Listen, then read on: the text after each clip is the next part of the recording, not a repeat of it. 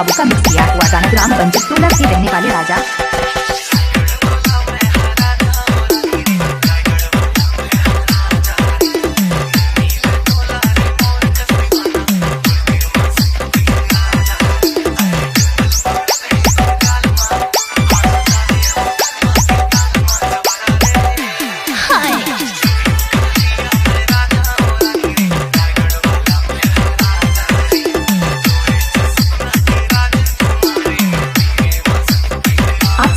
कपिल बाबू का मिक्स किया हुआ गाना ग्राम पंचायत टोला के रहने वाले राजा।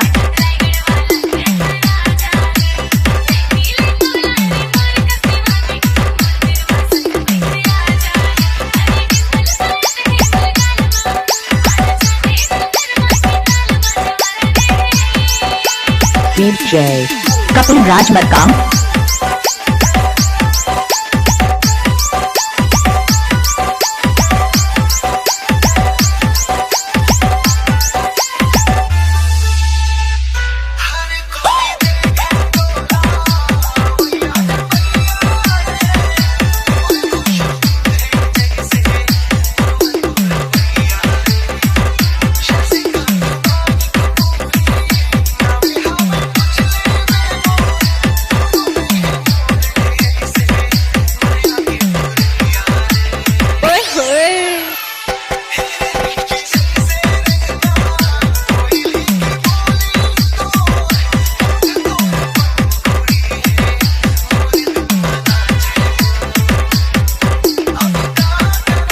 कपिल राज मरकाम।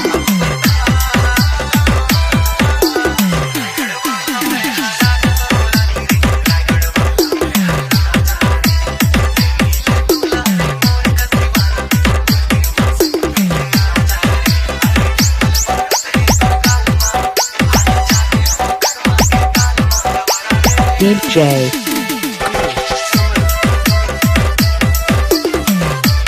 आप सुन रहे हो कपिल राज मरकाम का मिक्स किया हुआ गाना।